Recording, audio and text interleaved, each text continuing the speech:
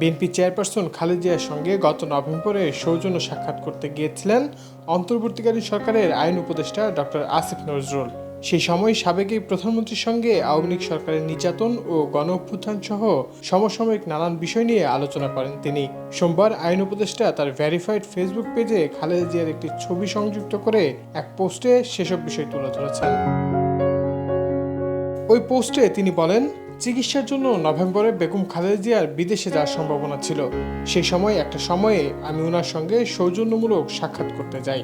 একান্তে কথা হয় কিছুক্ষণ ওনার বাসভবনে। বেগম জিয়া ও গণঅভ্যুত্থানের ছাত্র নেতৃত্বের প্রশংসা করেন এবং অন্তর্বর্তী সরকারের সাফল্য কামনা করেন। জানান সবসময় তিনি দেশের খবর রাখেন।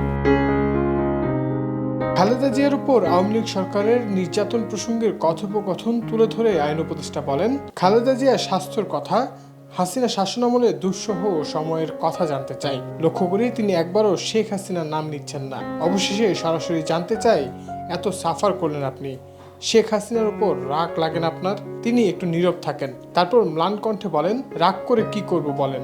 আল্লাহর কাছে বলি, আমি অবাকই হই। 15টা বছর কি জঘন্য ও অশ্লীল মিথ্যাচার আর নির্মম নির্যাতন করেছেন শেখ হাসিনা বেগম জিয়ার প্রতি, অথচ একটা খারাপ শব্দ তিনি উচ্চারণ করলেন না শেখ হাসিনাকে নিয়ে।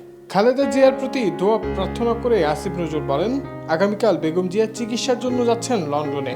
আল্লাহর কাছে দোয়া করি তিনি যেন সম্পূর্ণ সুস্থ হয়ে দেশে ফিরে আসেন, আবার যেন বাংলাদেশের গণতন্ত্র আর অগ্রগতি বিনির্মাণে ভূমিকা রাখতে পারেন। Desk report, Manabzamin.